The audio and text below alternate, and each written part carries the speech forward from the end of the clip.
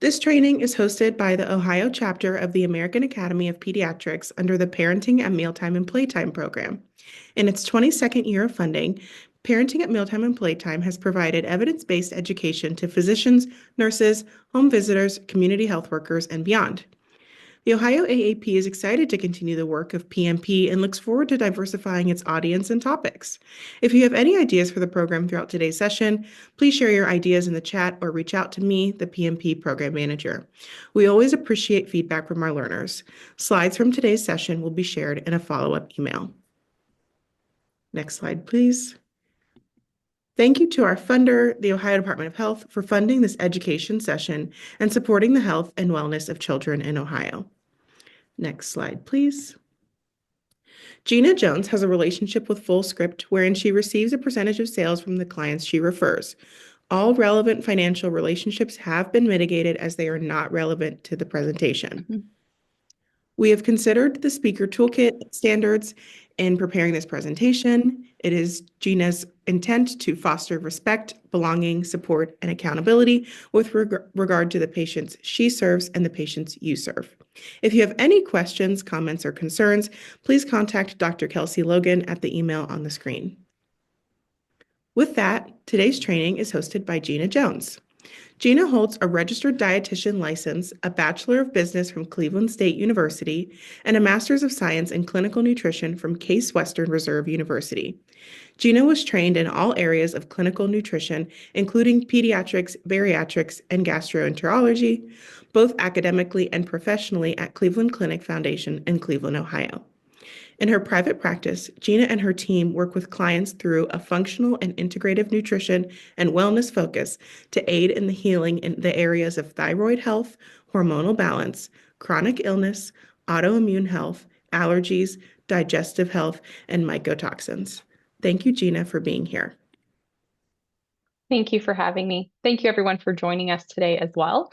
I'm excited to talk about what's trending versus what works in functional nutrition for tweens and teens. So let's start with our learning objectives for today.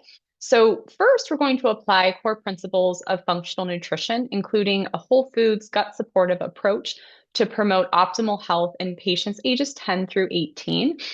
If you are familiar with functional nutrition or functional medicine, please, let me know in the chat. I'm interested to, or you can raise your virtual hand. I'm interested to see how many of you already use some of these principles.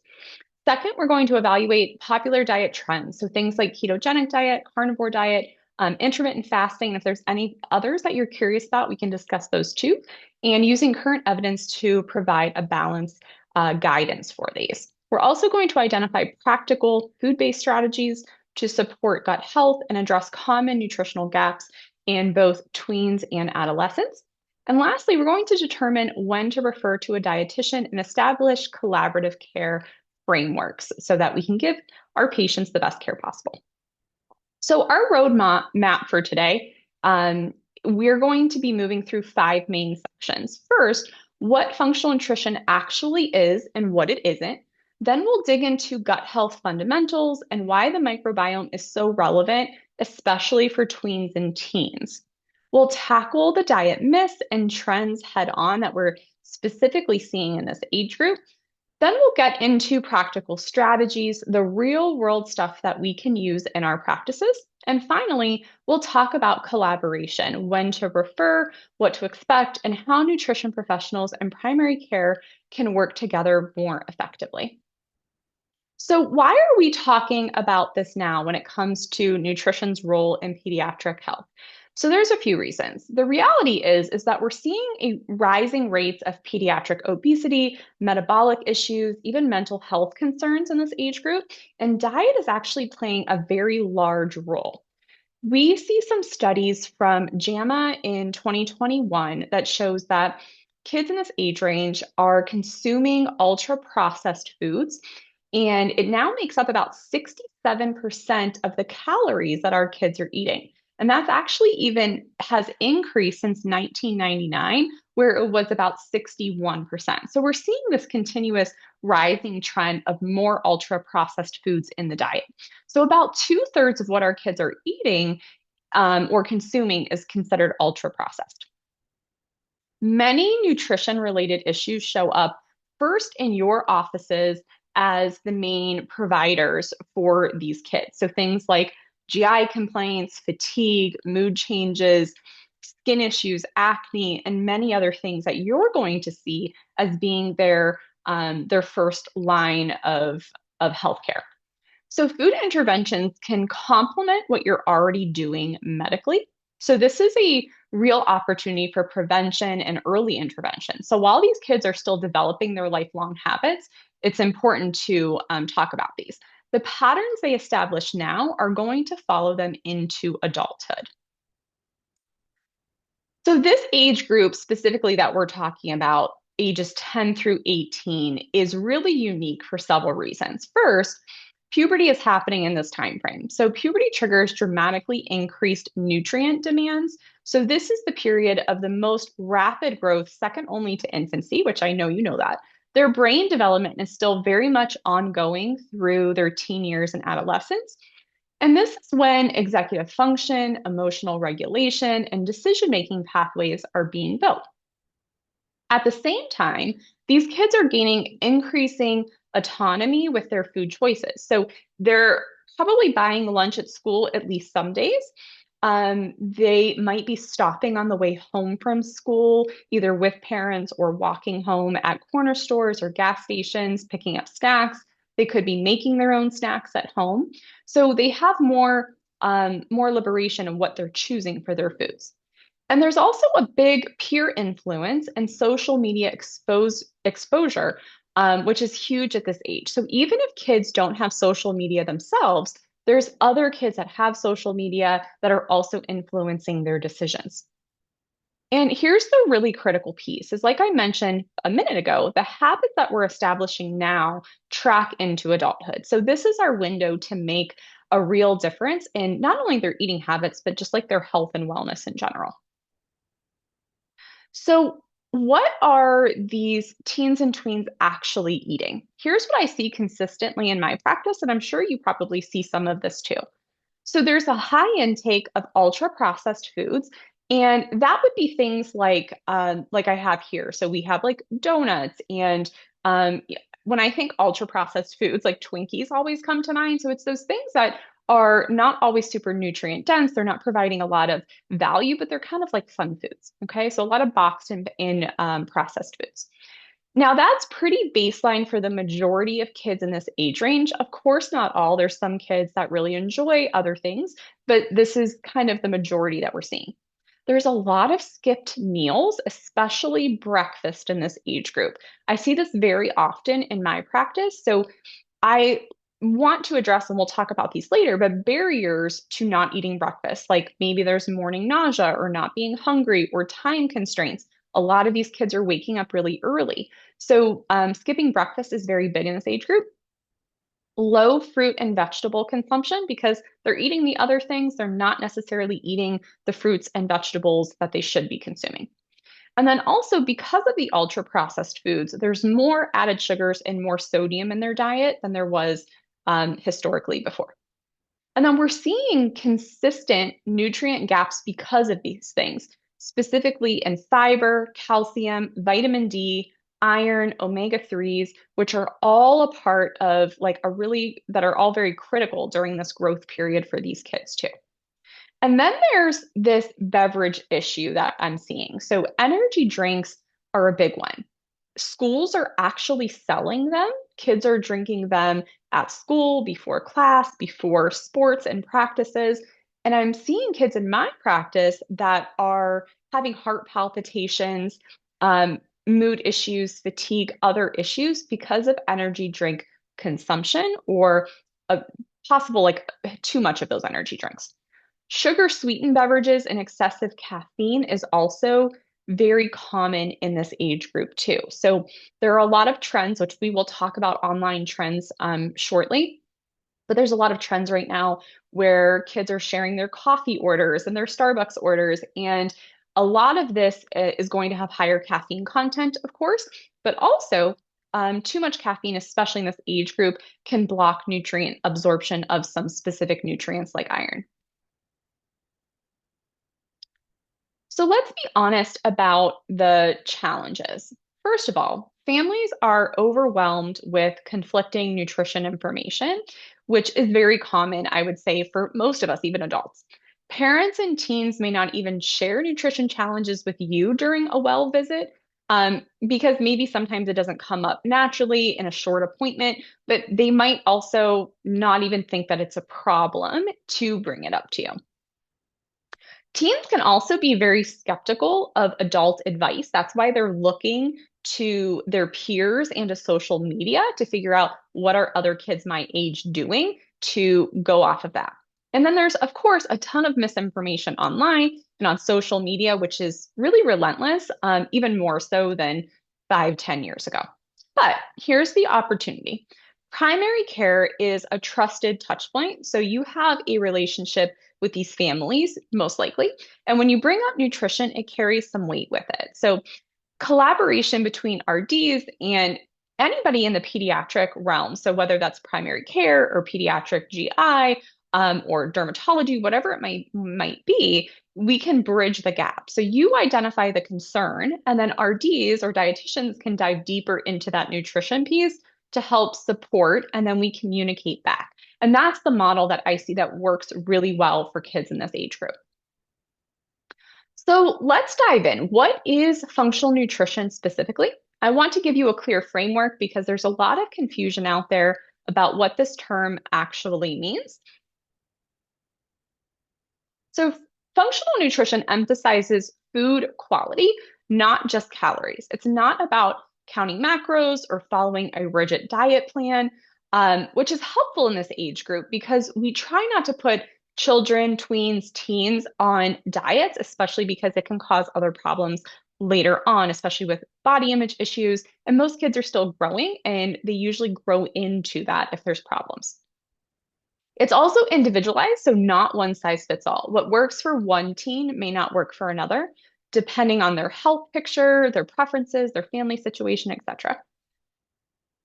It also, functional nutrition also considers the whole person. So digestion, absorption, lifestyle, their sleep, their stress, not just what's on their plate, but we're really looking at the whole child, the whole picture to figure out how do we best support this person through nutrition and lifestyle practices. It's also grounded in science, not fads. This is important. I feel like even more so recently, functional nutrition has a lot of misinformation out there. I think that social media plays a role in that. So functional nutrition is not alternative medicine. It's evidence-based nutrition that goes a step further in personalization. Um, and critically, it complements conventional care. So it's not aiming at replacing what you do. It's enhancing what you do through building habits for these kids and adults so that they know what they need to use to support their body. Core principles of functional nutrition are pretty straightforward. So first, food first. We lead with whole foods, but understand that there's room for others. My goal as a dietitian is never to create food fear, especially for children. So making sure that they understand that we need to support their diet, but never excluding foods on purpose. Gut health is also a foundation. We'll spend more time on gut health specifically because it is one of the major principles here. Nutrient density and variety, so getting more nutrition per bite, and then blood sugar balance for steady energy and mood. This is huge for teens, especially with focus and behaviors, even athletes. So if they're skipping meals and they're not eating throughout the day the way that they should be, their blood sugars tend to kind of roller coaster, and that creates more snacking and more issues and less focus, and less satiety. So we'll be discussing that too. And then reducing inflammation through diet. So, inflammation is a broad term. So this is more like inflammation related towards things like pain and brain fog and the gut. And then personalized approach based on individual needs. Now, none of these are radical concepts. This is all solid nutrition science applied with a little bit more intentionality. So how does this differ from a traditional dietitian's advice or traditional dietary advice? Okay, so traditional dietary advice tends to focus on food groups and portions. So eat vegetables or eat the rainbow. I know we've all heard that, which some of that is still, true. We want to do those things, but this is going to be a little bit more personalized. And then it also focuses on generalized recommendations that apply to everybody in the same way, not taking into consideration that individual person. So functional nutrition goes a little bit deeper. It is about individualization, asking why this patient is having these symptoms, considering digestion and absorption, not just what they eat, but what they're actually absorbing. And then emphasizing food quality and sourcing. So understanding that not all foods are created equal, but not creating food fear, like I mentioned earlier. Both approaches have value. It just really depends on the teen or the tween or the person. So we have options depending, if somebody needs small tweaks and they feel much better, phenomenal. I'm glad that worked. But other kids are a little bit more complex and need a little bit more investigation and support. I want to be really clear about this because it comes up a lot. Functional nutrition is rooted in peer-reviewed research. So everything I'll share with you today is backed by evidence. It integrates nutrition science with clinical practice. It is not anti-medicine, but it's more pro-collaboration. So I'm not here to replace anything that you're doing. I'm here to add another layer of care. The outcomes are practical for primary care settings. So we're not talking about exotic supplements or complicated protocols. We're talking about sustainable, realistic changes that families can actually implement, and things that you can start with in your practice too on guiding them as well. Now, let's talk about foundation of functional nutrition, gut health. This is where a lot of the magic happens, and understanding why the microbiome matters will change how we think about many of the other symptoms that we're seeing with our patients, especially teens, which most of these symptoms are present in the teen population. So the microbiome, so we'll do a quick review and just some key stats that I think are important. So the microbiome. I'm not going to lecture you on the anatomy, but these are trillions of organisms unique to each person and highly shaped by diet, shaped by other things too, but diet does play a big role. Here's why it matters for our patients. 70 to 80% of the immune cells reside in the gut. So when we're talking about a kid who's either getting sick all the time, but the gut health is actually worth looking at. So maybe they're doing all the right things and they're still getting sick. There might be something underlying that we're not necessarily looking at or we're not seeing upfront.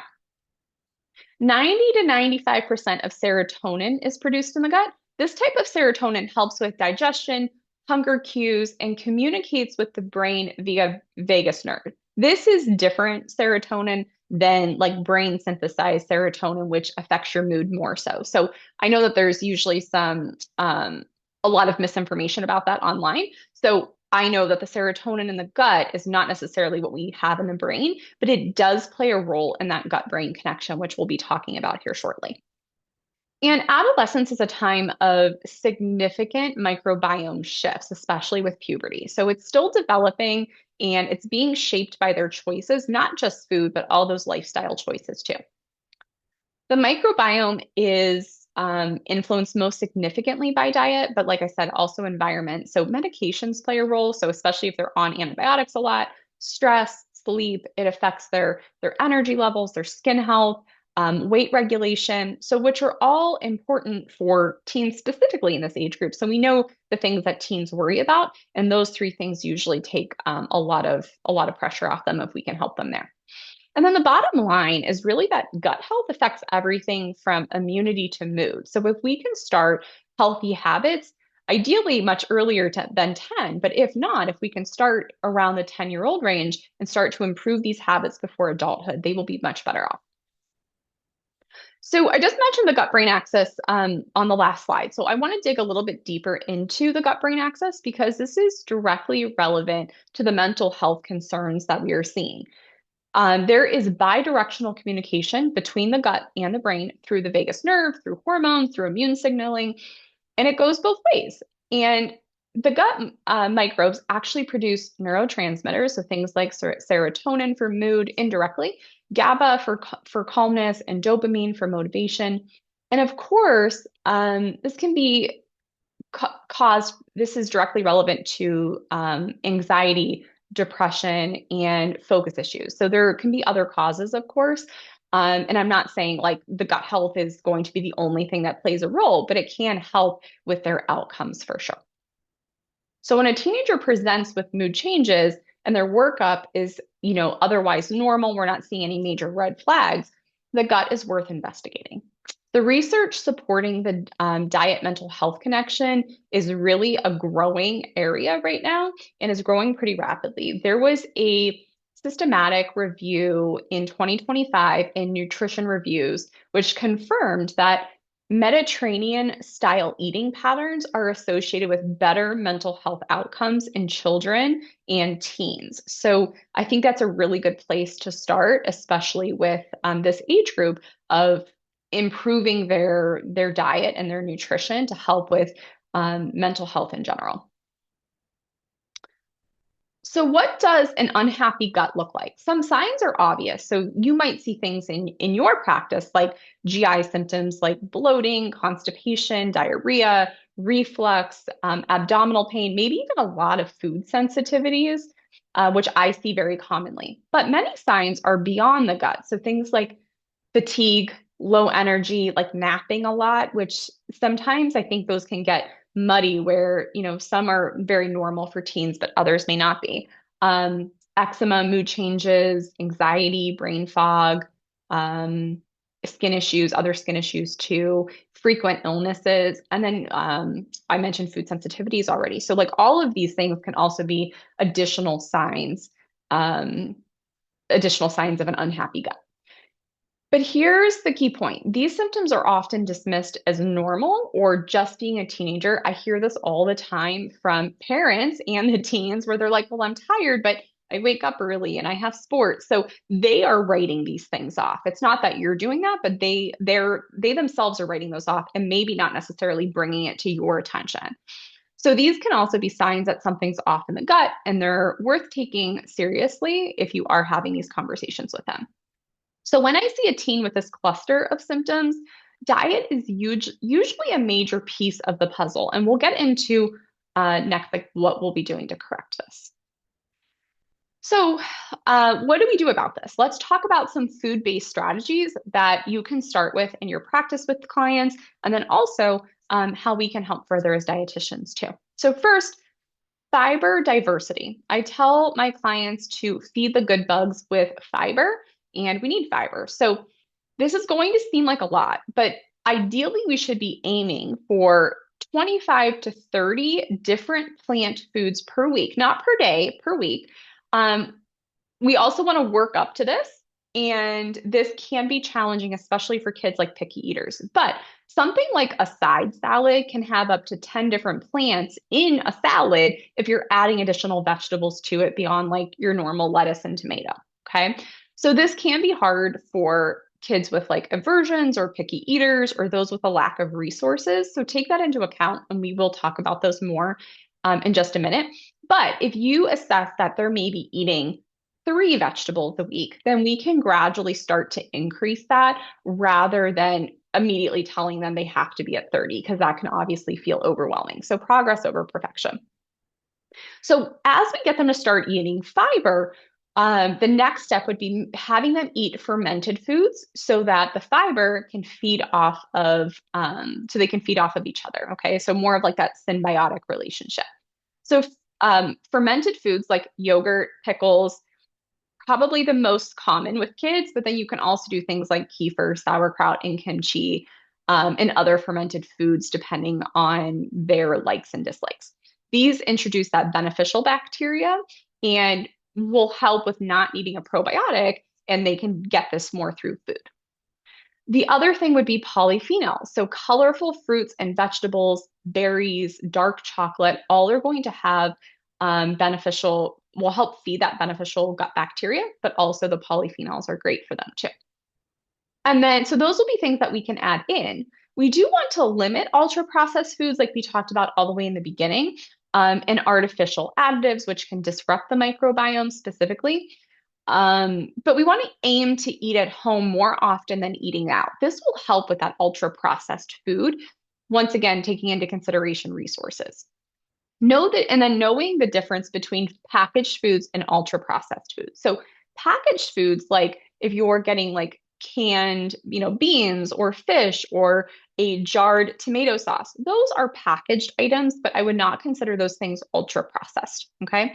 So knowing the difference in like how we can help support families cook at home a little bit more and get higher quality products that are going to give them more bang for their buck when it comes to nutrition.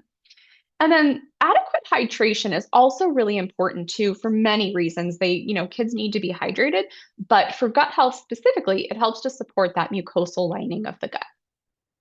The biggest takeaway here is that variety is key. So we need diversity in the diet, which drives diversity in the gut microbiome, and that's what we want. So the more diversity, the better. And that takes some time and takes some practice, but we want to start to work up to that with our kids and our patients.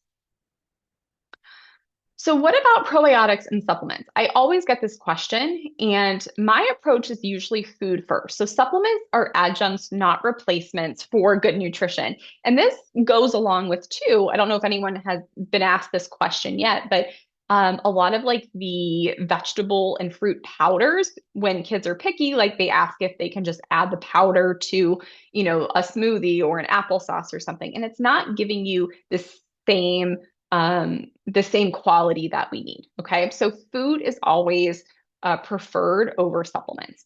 So for probiotic supplements specifically, quality and the strain matter. So not all products are equal. A product that says probiotics on the label could be really good, but it could also be completely useless. So it really just depends.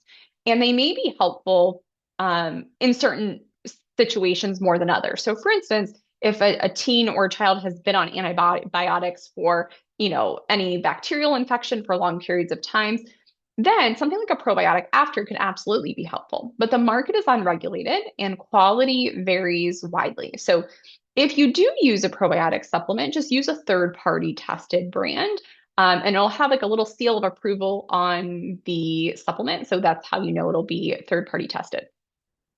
This is an area where working with qualified professionals does make a lot of sense. So if families are asking about supplements, that's a great point to refer to a dietitian who can evaluate what's actually appropriate for them and safe for them. So they might need a probiotic, but we might be able to do a lot through the food as well.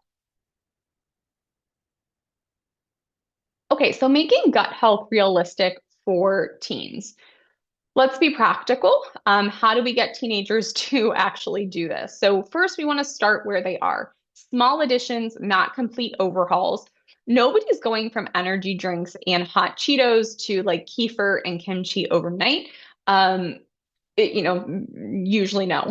Foods teens might actually eat. I'm giving you some ideas here because these are ways that we can be really accessible and meet kids where they are at, even families and adults too. So things like yogurt parfaits, smoothies where we add a little bit of kefir into it, berries, grapes, apple slices, really any fruit. Berries tend to be a little bit better for you, more fiber, and then hummus with vegetables, dark chocolate, all of these are going to be nice add-ins. Most kids prefer milk chocolate, but if you get like a 70% or darker dark chocolate, there's more polyphenols, there's more prebiotic in that as well. So all of those things can be easy switches. And remember, progress over perfection. So one new vegetable a week is better than a complete dietary overhaul that they'll abandon, in a couple days. We also want to involve tweens and teens in choices when it comes to their food. I, as a dietitian, usually recommend doing this much younger, like starting at age 2. But as these kids get older and they can tell you what they want and they can pick things out at the grocery store, they can also have more compliance, especially older teens that might be learning how to cook and preparing their own meals. This is really beneficial because when they have that autonomy over what they're eating, they are going to be more compliant and they're going to have a little bit more say so. So, involving children and teens in their food choices, I think, is really beneficial and does teach them the habit for when they are adults. So next, we're going to be talking about diet myths and trends. I will be curious to see if you've seen other diet myths and trends in your offices. So feel free to, put some in the chat that you are seeing. We're going to go over a couple of the big ones that I see. But like I said, I'd love to know if you're seeing different ones. So, first of all, why this conversation matters. Teens and families are being exposed to constant nutrition noise. Social media influencers with no credentials are promoting really extreme diets to millions and millions of followers. Um, in wellness culture can actually mask disordered eating. So when a teen says that they're eating clean or being healthy, sometimes that's a red flag rather than something to celebrate. Not always, but sometimes. So we'll talk more about that, but just something to be aware of. And about 38% of teens are currently dieting for weight loss. And that's a really big number. And many of them are getting their guidance from the internet and social media instead of a trusted source. So our role is to provide balanced, judgment-free, science-based guidance, meet families where they are with curiosity and not criticism. And if we come across as dismissive of their questions or there are questions about these diets and myths specifically, we lose the opportunity to help. So still being able to listen and understand where they're coming from is important. So one of the big ones that I see is a ketogenic diet. I would say probably more in the older teen population. So we'll start there. It is one of the most popular trends. The ketogenic diet is very low carbohydrate, typically under 20 to 50 grams per day, and high fat. So to put that into perspective, especially for a child, a single banana has about 25 to 27 grams of carbohydrates. So that would be the rest of their day would be, less than one banana per day. Okay. It shifts the body into ketosis, and I know you guys know this, but burning fat for fuel instead of glucose. It was originally developed in the 1920s for epilepsy treatment, and that's still a legitimate medical use. So I'm not saying don't use it for that because we do see good results in certain populations with ketogenic diets. But now it's been popularized for weight loss and wellness, and it's heavily promoted on social media. That's how it's ending up in conversations with our kids and our patients that we're seeing. But like I said, I'd be curious to see if you're seeing that one. So, what does the evidence say for teens about a ketogenic diet? Now, this is not taking into consideration kids with obviously epilepsy. So, there are legitimate medical applications for drug resistant epilepsy. There's really strong evidence that it can support that. And then some metabolic disorders, so certain types of diabetes, also respond to ketogenic diets under medical supervision. Okay. But outside of that, just for the regular, mostly healthy tween and teen, this is keto is not recommended for general use in tweens and teens, okay, or any adolescent. It's inadequate for growth and development needs. There are concerns for bone health due to low calcium and vitamin D intake. There's also a risk of nutrient deficiencies across the board because they are cutting out so many of those good things that they need. And it may promote disordered eating patterns. Any diet that eliminates entire food groups unnecessarily in a teenager should raise a red flag of why they want to do this.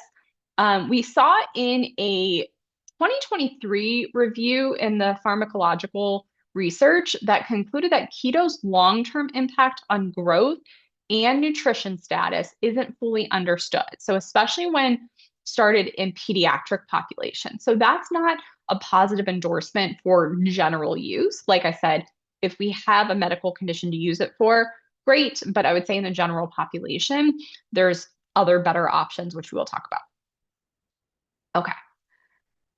Next, we have the carnivore diet. This is, I would say, more recently, I'm seeing more popularity with the carnivore diet than the ketogenic diet. And the carnivore diet is really gaining, like I said, a lot of traction, especially with boys and young men. It's animal products only, excuse me. So it's meat, fish, eggs, sometimes dairy. Some people exclude it. And it eliminates all plant foods. So zero carbohydrates, zero fiber. And it's been popularized again online by influencers and podcasters. I have two TikTok accounts up there that you can see where these kids are very young. The boy is a junior in high school, and he's talking about high protein meal prep because he's an athlete. And then the girl is also in high school, and she's talking about using the carnivore diet for cystic acne. So we're seeing this popularized on both sides. I am seeing it a little bit stronger for boys, though.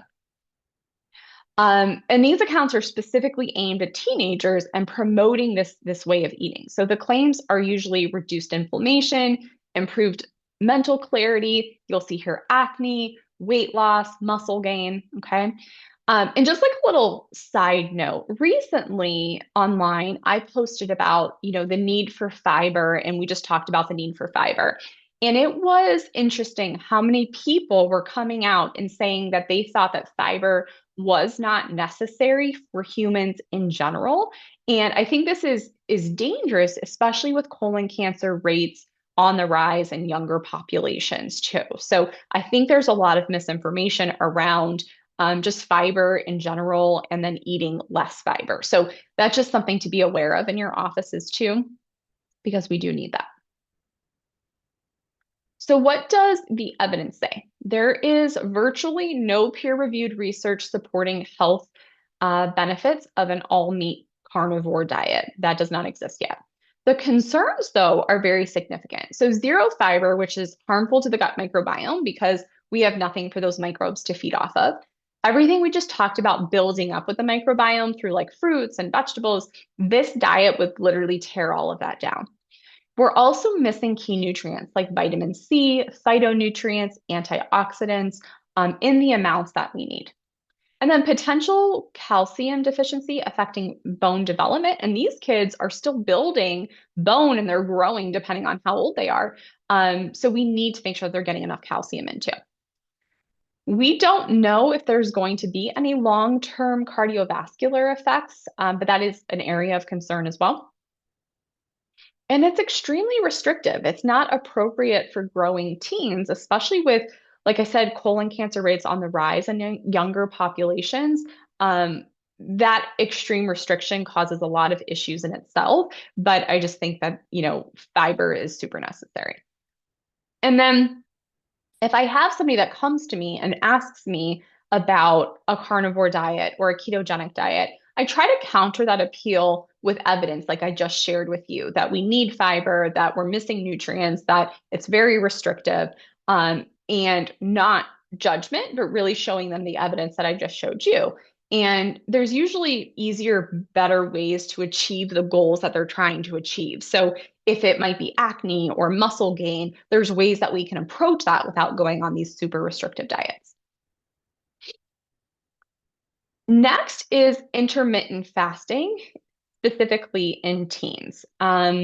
These are time restricted eating patterns. So I have two examples here, but there can be variations of this. There's 16-8, which is 16 hours of fasting, 8 hours of an eating window, or only one meal a day, which is they're basically fasting 24 hours until one of those meals a day. Okay.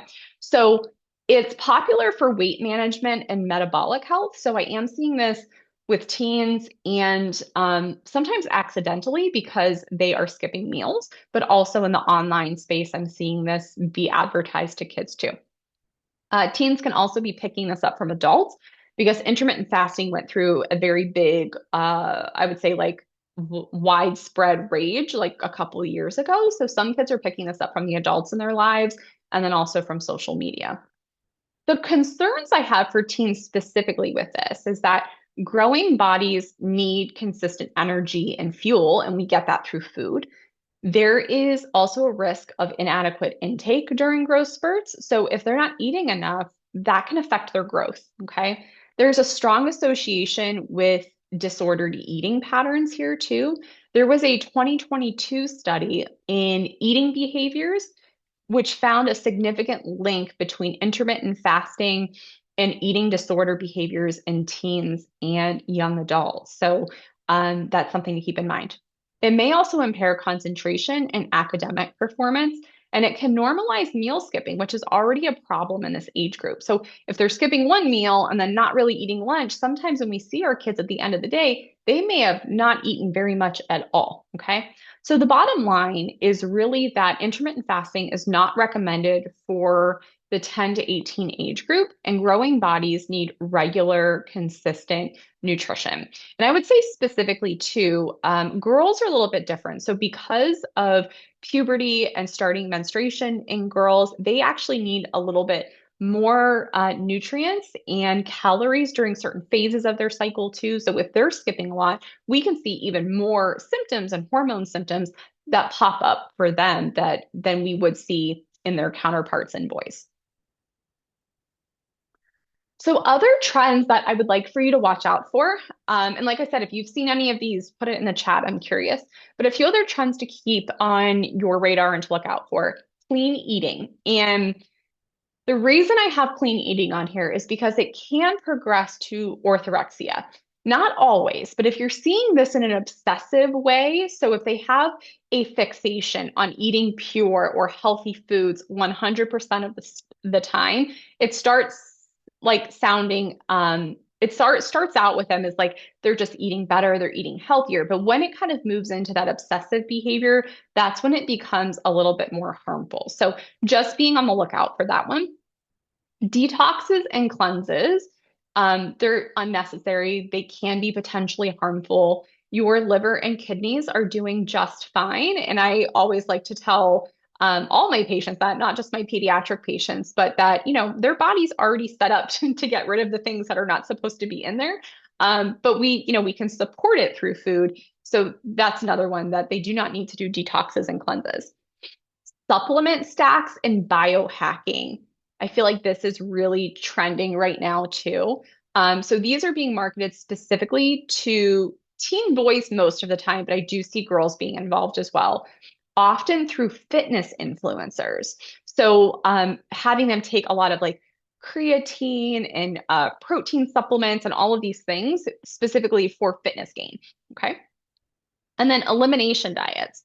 Without professional guidance, elimination diets can lead to nutrient deficiencies, disordered eating patterns. So this is hard to tell it's also hard for them to tell what is causing the problem when they do an elimination diet. So they might eliminate foods. One, they may never introduce foods back, which is problematic and could be a disordered eating pattern.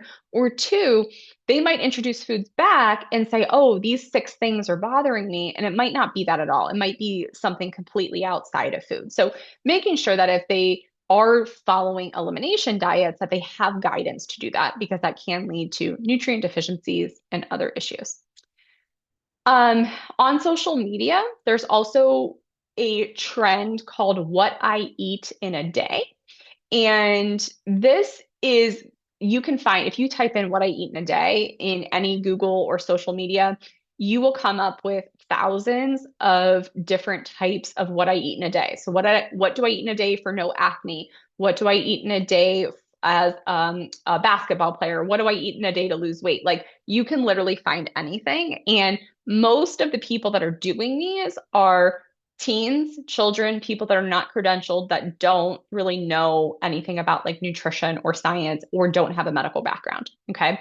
So that is concerning too, because these are one, a lot of misinformation, and two, unrealistic comparisons.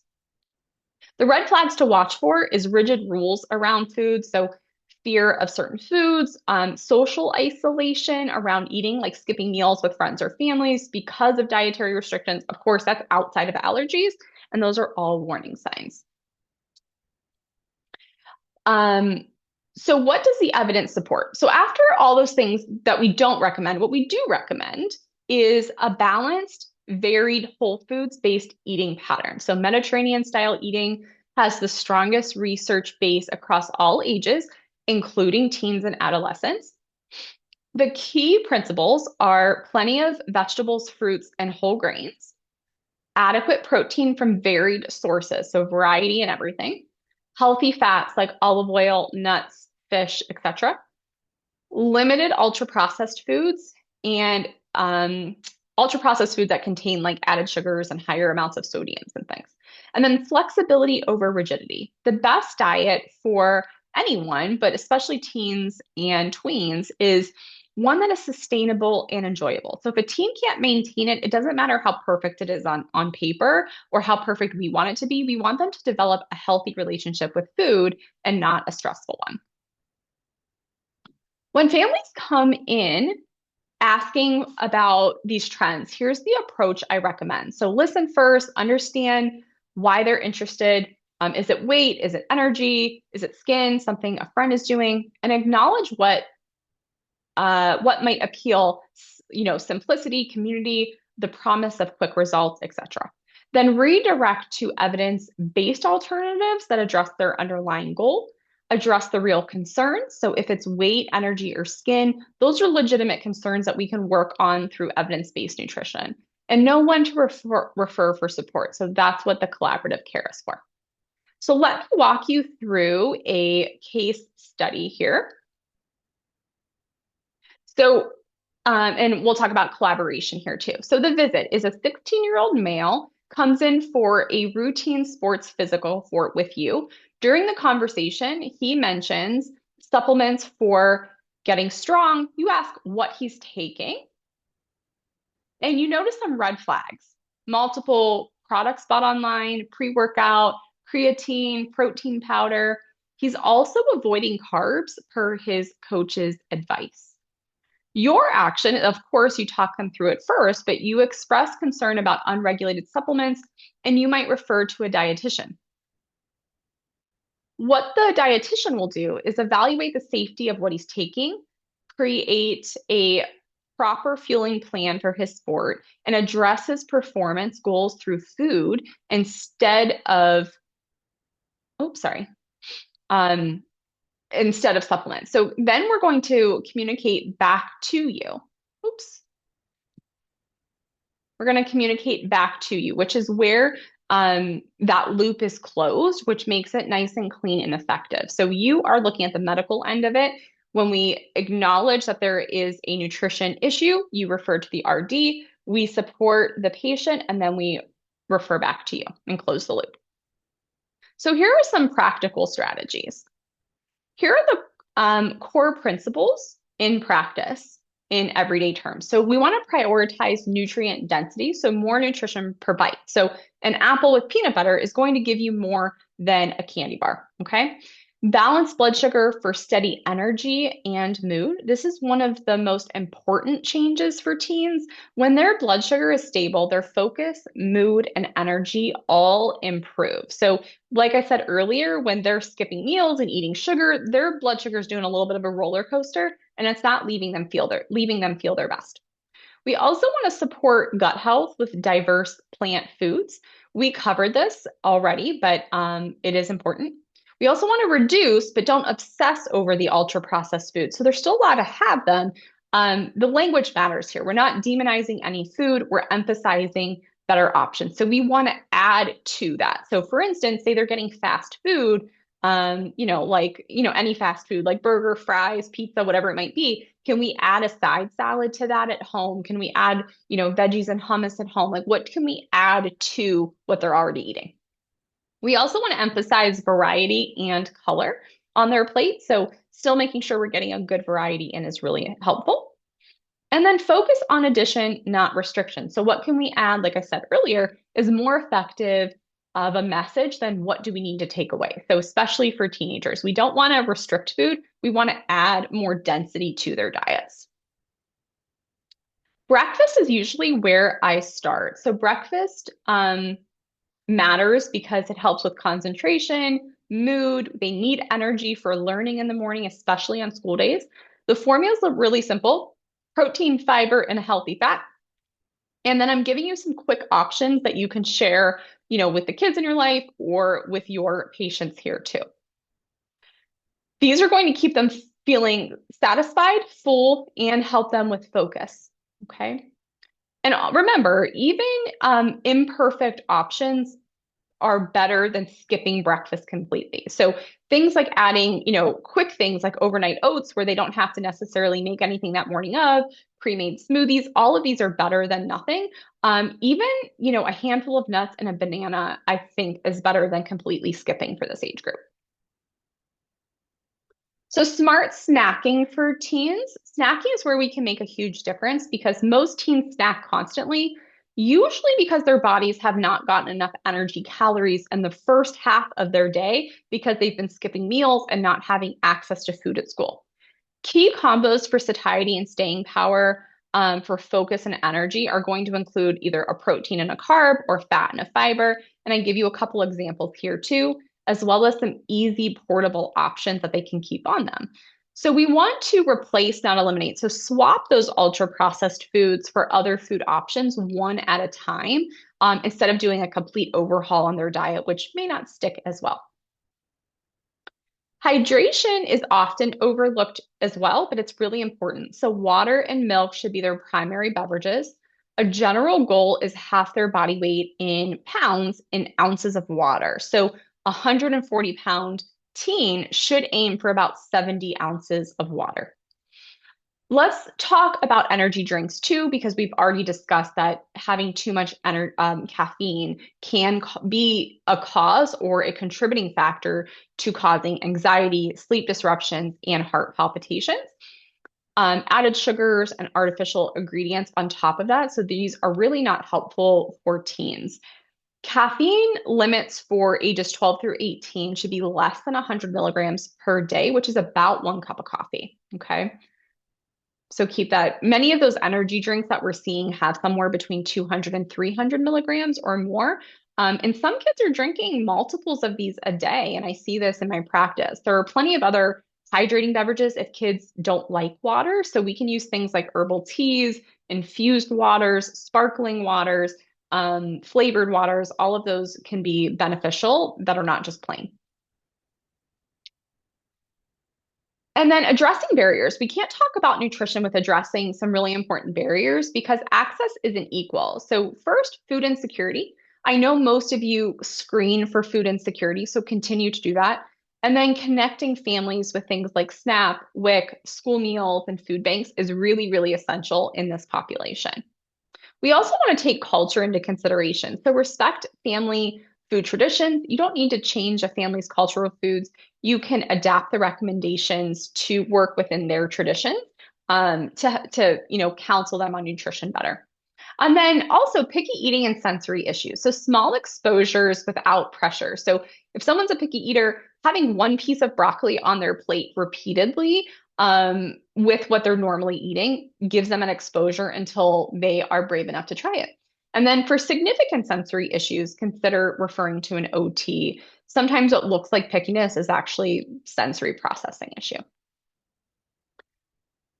Equity and access consideration. So building on that, underserved populations face additional barriers that we need to acknowledge and work within, such as food deserts, limited grocery store access, time constraints for working families, and the cost of fresh foods.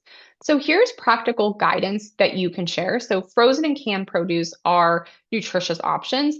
They're often cheaper, they last longer, and nutritionally, they're comparable to fresh. I love keeping frozen veggies stocked. Their budget-friendly proteins include things like eggs, beans, canned fish, and then batch cooking when time allows so that you can stretch both your time and your money. And then connect families with local resources because that makes really all the difference. So bridging the gap. So here's where an RD adds value beyond what's practical in your office visit. So in-depth dietary assessment and individualized planning. So we have the time and the training to really dig into what a family is eating and why. Ongoing nutrition counseling and behavior change support. These changes don't happen in one visit. So medical nutrition therapy for specific conditions like gut health, optimization, and elimination guidance needs to be done properly and not the internet version. So sports nutrition for young athletes, we can be helpful there. Navigating vegetarian or vegan diets safely, making sure teens who have gone plant-based are still meeting their nutritional needs. supplement evaluation and guidance, and disordered eating support in collaboration with mental health professionals. It's also important to note that dietitians have specialties. So if you do need somebody that's specific for eating disorders, those dietitians are out there too.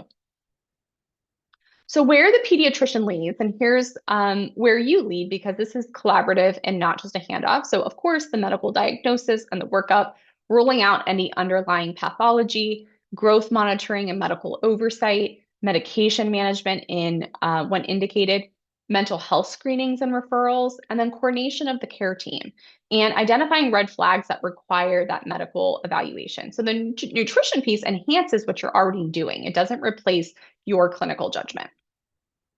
So when should you refer? So here's a practical list. So persistent nutrition concerns that aren't resolved with basic guidance. So if you had the conversation and things just aren't improving, it's time. So suspected or confirmed disordered eating, once again, co-managed with mental health. Complex dietary needs, so multiple food allergies, intolerances, sensitivities, chronic conditions like diabetes, celiac disease, IBD, Crohn's, all of these we can be very supportive with. And then young athletes with performance or weight concerns too.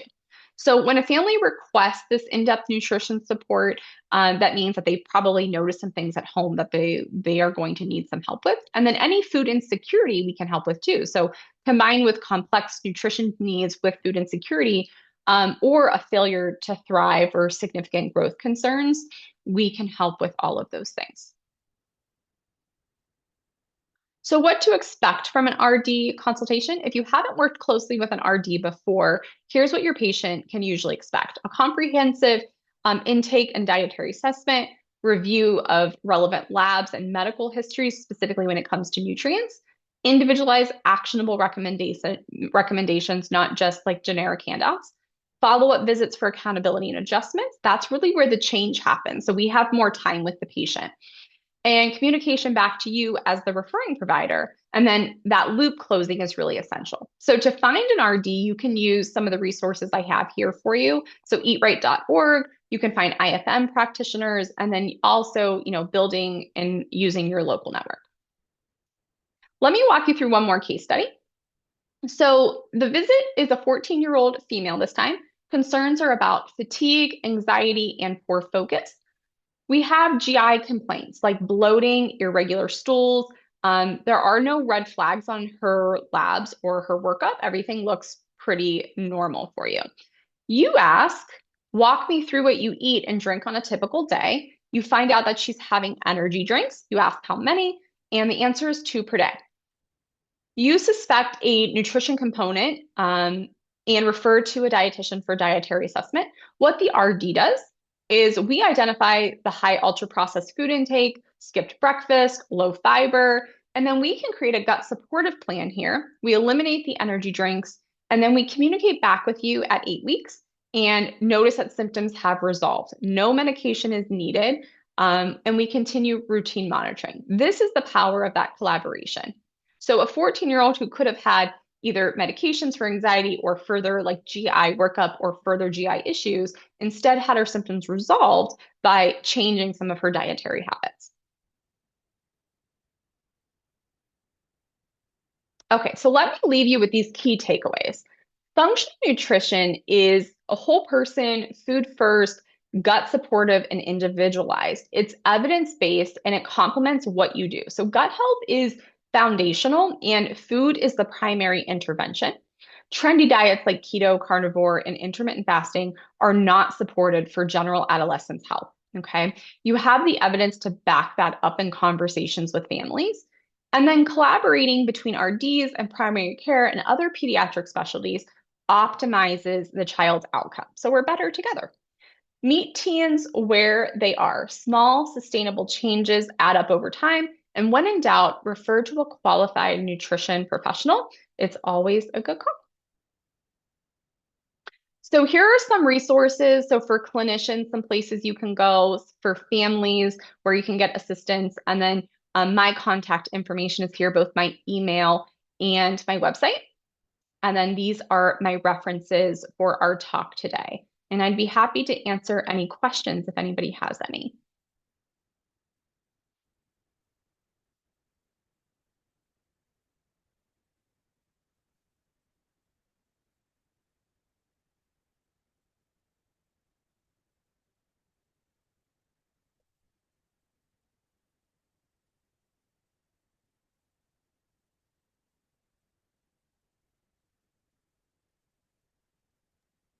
If you have any questions, please feel free to pop them in the chat.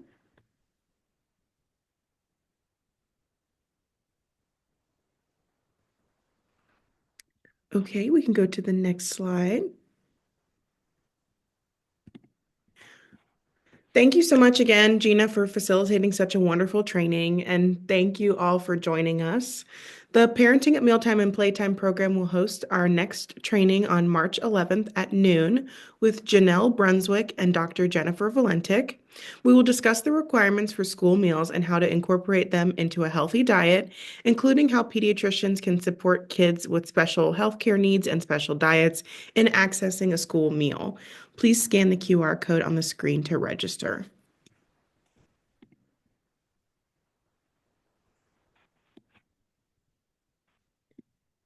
Please check your email to claim your CME or MOC credit. We ask that all participants complete the short survey, even if you do not plan to claim credit.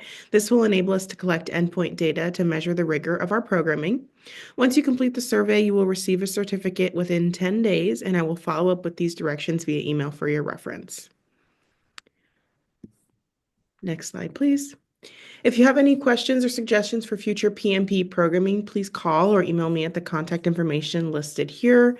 This concludes today's training session. Thank you all for your time and energy, and I hope to see you in a future Ohio AAP training.